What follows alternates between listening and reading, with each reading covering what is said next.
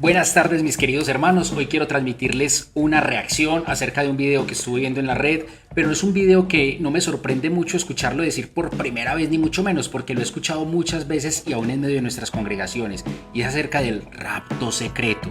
Vale aclarar que esto no es una doctrina fundamental dentro del cristianismo hasta cierto punto, y por ende no quiero con esto generar polémica del punto de decir que es que se van a condenar los que creen en esta doctrina, es que esa iglesia son unos herejes por X o Y razón porque adoptan esta... No, para nada.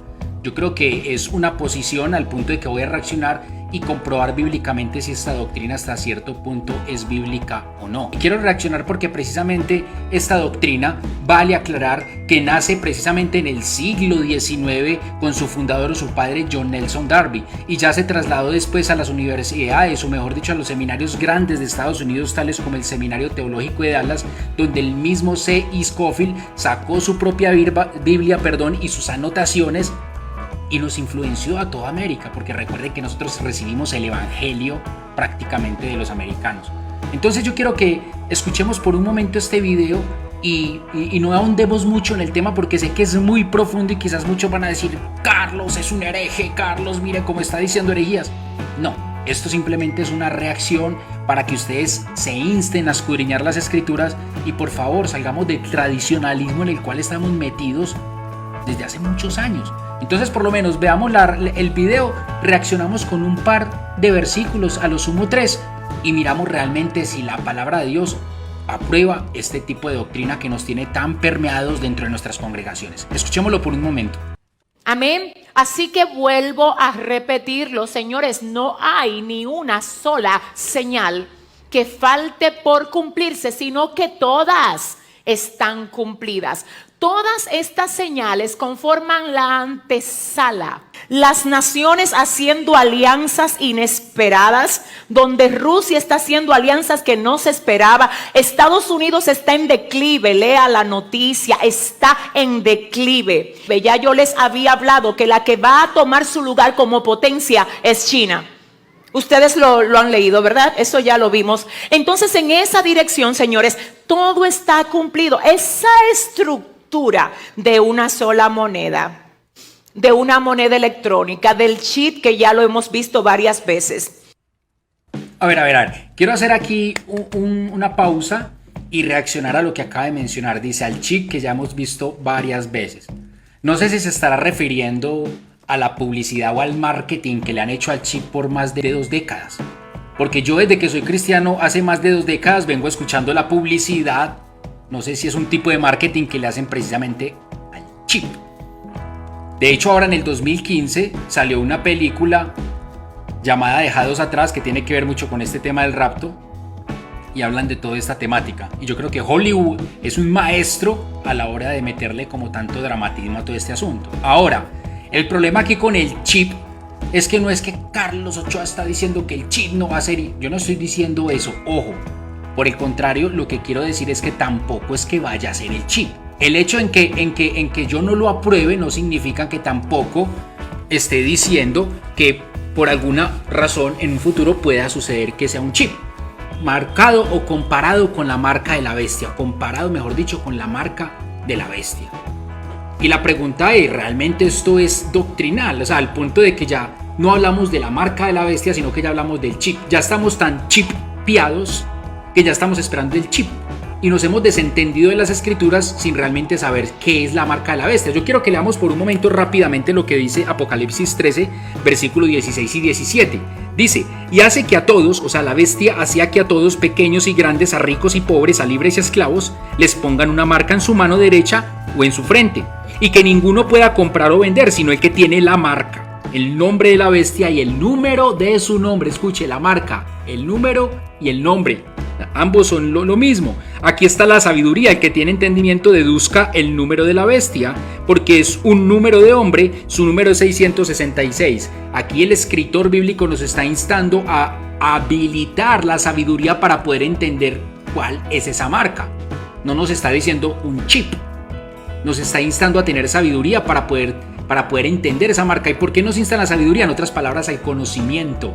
porque es un número humano, dice ahí, es un número humano, nos está instando a estudiar. Si nosotros queremos interpretar correctamente el valor numérico de las mismas letras griegas que tienen un valor numérico, existe un estudio llamado isosefia. ¿Sí me hago entender? Entonces vamos a mirar a través de la isosefia qué significa ese número y cuál es el nombre. O si queremos estudiar por el lado del hebreo, podemos estudiar un estudio que se llama la gematría. Bueno, en fin, hay estudios serios que simplemente con el número que nos están dictando aquí la Biblia podemos llegar a un nombre. De hecho, los antiguos decían que el nombre, haciendo ese estudio, fue Nerón César. Bueno, no quiero ahondar en el tema. En todo caso, yo creo que la Biblia nos insta a más, a no simplemente creer que es un chip. Entonces quiero dejar ahí la salvedad de que por lo menos nos quitemos el chip de la cabeza esperando un chip que no sabemos si va a venir, y nos desentendemos de la doctrina bíblica por estar esperando lo que Hollywood nos vendió. Primero que todo, eso. Ahora vamos a seguir escuchando la posición del rapto secreto que ella adopta, que es casi el 90% de las iglesias que adoptan esta posición. De hecho, usted que me está escuchando tiene más probabilidades de creer en esto que la minoría de los cristianos, digámoslo así, perdónenme. Usted está en la mayoría si me está escuchando esto, porque casi el 90% de los cristianos creen en ese rapto secreto, porque así no lo heredó Darby. Y Hollywood se encargó de regarlo. Vamos a seguir escuchando el argumento bíblico de esta chica y miramos a la luz de la palabra de Dios si es cierto. Y la semana pasada nosotros estuvimos viendo, entre otras cosas, la diferencia entre el arrebatamiento de la iglesia y la segunda venida de Cristo. Ok. Aquí nos están marcando ya una diferencia, es que entre el arrebatamiento de la iglesia y entre la segunda venida de Cristo. La Biblia no me ha enseñado eso, pero sigamos escuchándola. Decíamos que el arrebatamiento viene a librar la iglesia de la gran tribulación, mientras que la segunda venida viene, oiga bien, a que la iglesia gobierne con Cristo y a pelear con Cristo, no porque vaya a ser una pelea cuerpo a cuerpo, sino que dice la palabra que Jesús va a matar al anticristo con el espíritu de su boca y con el resplandor de su venida. Pero en esa segunda venida la iglesia viene con Cristo. Ese arrebatamiento, señores, es la venida de Cristo, pero por su iglesia. No la venida de Cristo visible a todos. Es que Cristo viene a rescatar la iglesia consagrada para que no tenga que pasar por lo que le espera a la humanidad. Entonces, luego del arrebatamiento de la iglesia, vienen los 7 años de gran tribulación. Alguien dirá, hay 3 años y medio que no son de tribulación. Son de tribulación, pero silenciosa. Me parece que aquí hay una controversia, si lo vamos a mirar desde el punto de vista bíblico, y una controversia grande. Yo vuelvo y digo lo que dije al principio, esto no es una doctrina fundamental de la cual nosotros podamos decir, nos salvamos o nos condenamos, no. Pero sí nos puede pervertir de cierto modo nuestro andar y nuestro caminar cristiano. ¿Por qué? Porque esta doctrina prácticamente choca es con la idea de poder aceptar de que el cristiano tiene que pasar por sufrimiento en la vida. Y esta doctrina lo que busca es precisamente meter en la cabeza del cristiano promedio de que usted no tiene por qué sufrir. Y es que usted no tiene por qué pasar por la gran tribulación. Y aquí es donde tenemos que hacer una claridad muy grande. Es que la gran tribulación, si leemos Mateo, yo lo podría llamar, según Mateo 24, como la ira de Satanás. Y no lo tenemos que comparar con la ira de Dios, porque la gran tribulación es un tema a través en un momento en el cual se va a manifestar el anticristo. Y el anticristo se supone que es todo lo que se opone a Cristo, es todo lo que se opone a la iglesia. Entonces, esta chica, de pronto, de manera coloquial o de manera un poco deportiva, nos quiere hacer pensar de que la iglesia no tiene por qué pasar por esa gran tribulación, no tiene por qué pasar por ese sufrimiento. Una cosa es la ira de Dios y otra cosa es la ira de Satanás. Y si hay un anticristo, se supone es porque va a perseguir a la iglesia, porque va a perseguir a Cristo y va a perseguir a todo lo que huela a Cristo. Entonces, ¿para qué un anticristo? Para perseguir a los que hacen la voluntad o los que han hecho la voluntad de él toda la vida en la tierra. No tendría ningún sentido. Y ella nos dice que es que hay 2 venidas. Primero, que una cosa es el rapto de la iglesia y que otra cosa es el arrebatamiento de la iglesia. Vamos a leer 1 Tesalonicenses capítulo 4, versículo 16 y 17 dice: porque el Señor mismo con voz de mando, con voz de arcángel y con trompeta de Dios descenderá del cielo, y los muertos en el Mesías resucitarán primero. O sea, está hablando de un orden cronológico. Después nosotros los que vivamos, los que hayamos quedado, seremos arrebatados simultáneamente con ellos en las nubes, al encuentro con el Señor en el aire, y así estaremos por siempre con el Señor. Aquí el apóstol Pablo está siendo muy claro, mis queridos amigos. Número 1, aquí yo no estoy negando que haya un arrebatamiento. Carlos está negando que hay un arrebatamiento. No, ahí está escrito, hay un arrebatamiento. El problema es cuando esta posición doctrinal le quiere dar ese matiz de secreto, o sea, que va a llegar un momento en el cual nosotros vamos a ser arrebatados y nadie se dio cuenta, como lo pinta Hollywood, que está el piloto que es cristiano manejando un avión, entonces llegó el rapto, se fue el piloto y uy, el avión se quedó sin piloto y ¡pum! Todos se mataron porque no hay piloto. El médico curando a un enfermo se desapareció, se murió en el quirófano el que estaban operando, etcétera, etcétera. No, eso es puro Hollywood, la Biblia no da pie para eso. Sí habla de un rapto, pero no habla en ningún momento de un rapto secreto.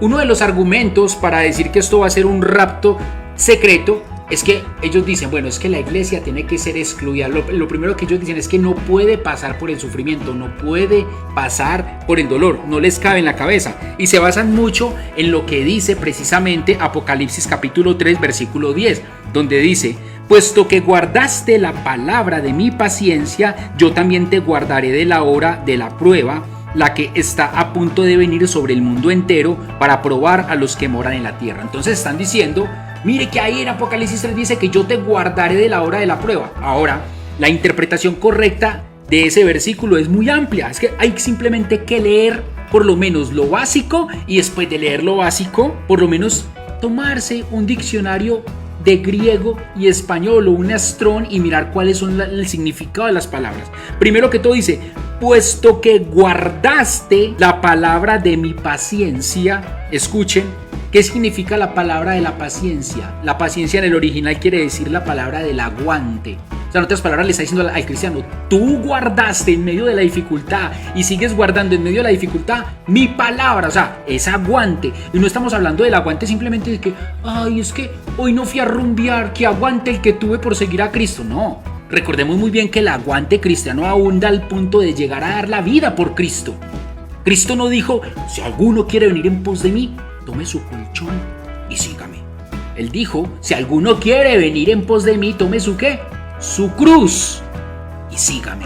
Sinónimo de muerte, mi querido amigo, al punto de dar la vida por Cristo. No sé por qué quieren tanto deshacer el sufrimiento o de desligar el sufrimiento del cristiano, si en última instancia la iglesia de Cristo se fundamentó sobre sangre. 11 de 12 apóstoles murieron martirizados y uno murió exiliado. Entonces, ¿por qué nosotros nos creemos de mejor familia o nos creemos exceptos de todo lo que pasó la iglesia primitiva? Aún los cristianos que murieron en el circo romano. Entonces, primero que todo, aquí el texto es muy claro. Dice: puesto que guardaste la palabra de mi aguante, o sea, de aguantar, dice: yo también te guardaré de la hora de la prueba. Entonces muchos pretribulacionistas que creen en esta doctrina dicen: mire que ahí el Señor dice que te va a guardar de ese momento de la prueba. A ver.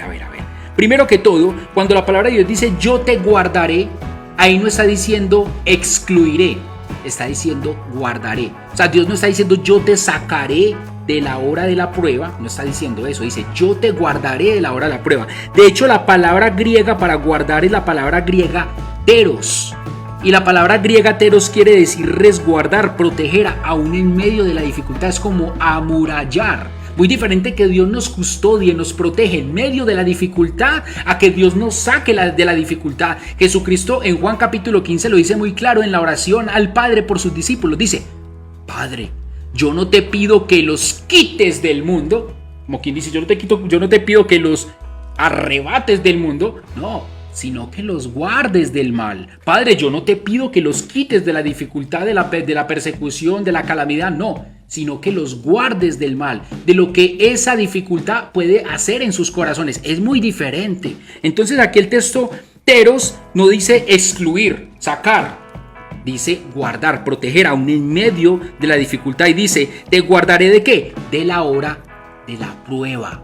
O sea, es una prueba, la que está a punto de venir sobre el mundo entero. No están diciendo sobre los impíos, sobre los que siguen al anticristo. No, dice el mundo entero.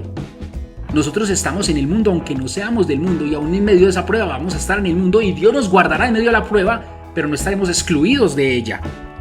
Dice, para morar a los que moran en la tierra. Entonces, primero que todo, vemos que utilizan textos como estos que, si usted simplemente los lee con sabiduría, si usted los lee con dedicación, con estudio y no así rápidamente, usted va a ver que la Biblia es muy clara.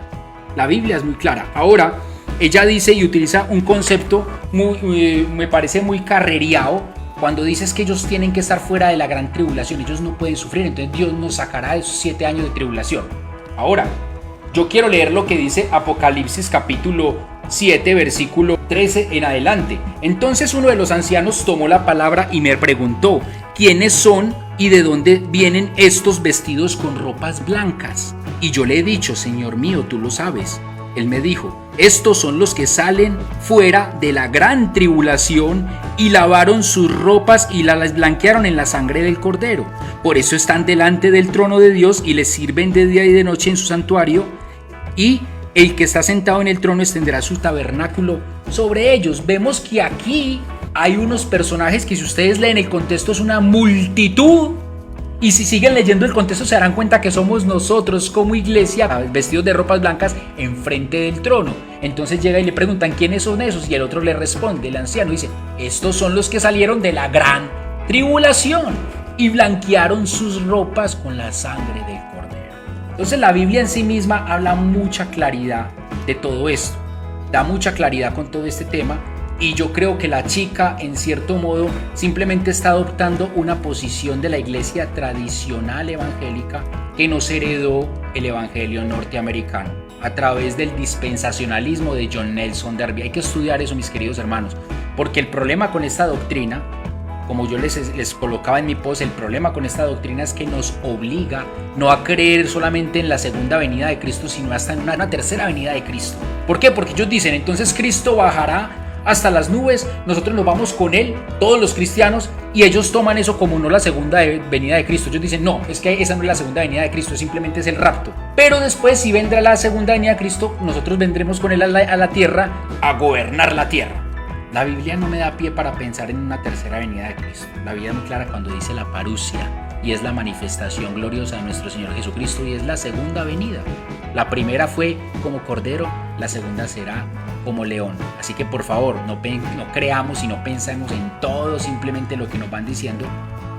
No lo creamos, no nos dejemos meter, como decía mi mamá, gato por liebre. Dios les bendiga.